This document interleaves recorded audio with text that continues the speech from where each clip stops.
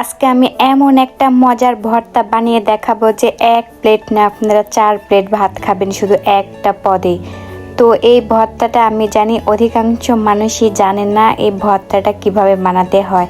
তো আজকে রেসিপিটা সবাই ফলো করবেন এবং ফুল ভিডিওটা দেখবেন, তাহলে আপনারা বুঝতে পারবেন।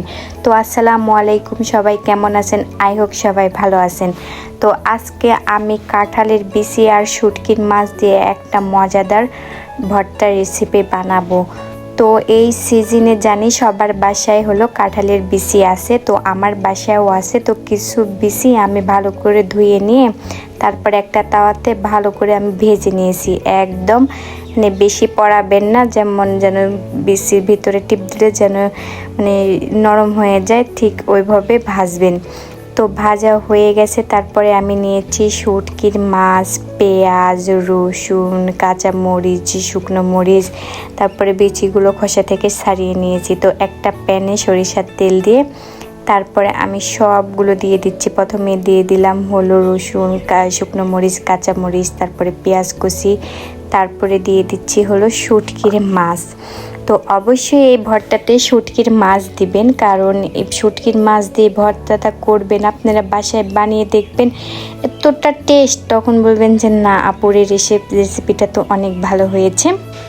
তো এখানে আমি সামুদ্রিক মাছ নিয়েছি, সেটা হলো পাবদা মাছ, শুটকি মাছ নিয়েছি। তো আপনারা বাসার যে কোনো শুটকি মাছ দিয়ে ভর্তাটা তৈরি করতে পারেন।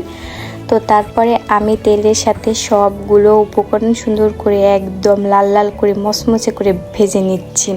তো একদম মচমচে করে ভাজার চেষ্টা করবেন, মচমচে করে না ভাজলে তত ভালো লাগবে না। তো এই তো নেড়ে চেড়ে আমার ভাজা হয়ে গেল। ভাজা হওয়ার পরে তো সবগুলো আমি পেন থেকে একটা চামচের সাহায্যে উঠিয়ে নিচ্ছি। তো ওঠানো হয়ে গেল। তো সামান্য পরিমাণে এখানে তেল আছে, আমি আর তেল এখানে অ্যাড করব না। তো ওই তো বিচি, খোসা ছাড়ানো বিচি, তো এই বিচিটা আমি হালকা একটু তেলের সাথে ভেজে নিব, তাহলে এই ভর্তাটা খেতে ভালো লাগবে। আপনারা চাইলে এমনিও করতে পারেন, কিন্তু আমি ভাবলাম যে একটু তেলের সঙ্গে ভেজে নিই তাহলে ভালো লাগবে। তো আমি চামচের সাহায্যে দেখলাম বিচিগুলো সুন্দর হয়ে সিদ্ধ হয়েছে কিনা। তো দেখলাম যে না, ভালো হয়ে একদম সুন্দর করে হয়ে গেছে।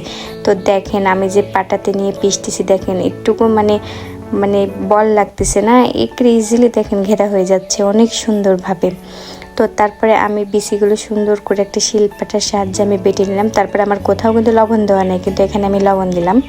তো বিচির সাথে আমি একটু লবণ দিলাম। তো লবণ দেওয়ার পরে দেখেন আমার বিচিগুলো হলো ভালো করে হলো পিষে নেওয়া হয়ে গেছে। তো এখন আমি যে ভাজা যেগুলো পেঁয়াজ, মরিচ ছিল, রসুন, সেগুলো আমি হলো পাটাতে পিষে নিচ্ছি। এখানে আপনারা একটা কাজ করতে পারেন, ব্লেন্ডারও বেটে নিতে পারেন।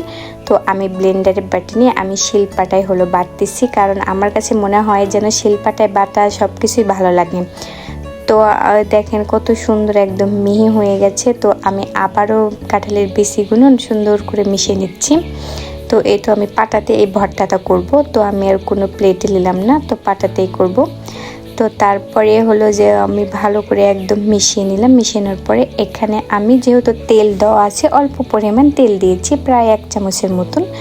তো এই তো মানে কাঁচা একটু তেল দিলে খেতে ভালো লাগে, সরিষার তেল। তো এই তো দেখেন আমার ভর্তাটা কত সুন্দর হয়েছে। এই ভর্তাটা আমি আমার ভাবিকে দিয়েছি, আমার খালাকে দিয়েছি, আমার বাসায় সবাইকে এত প্রশংসা করছে জানেন না তাই। তো তারপরে আমি ভর্তার সাথে পাটায় মাখিয়ে খেলাম। ভর্তা ভাত যদি করেন আর পাটাতে যদি মাখিয়ে না খান তাহলে টেস্টটা কখনোই বুঝবেন না। তো আজকের ভিডিওটা কেমন লাগলো অবশ্যই কমেন্ট করে জানাবেন। তো ভিডিওটা এই পর্যন্তই।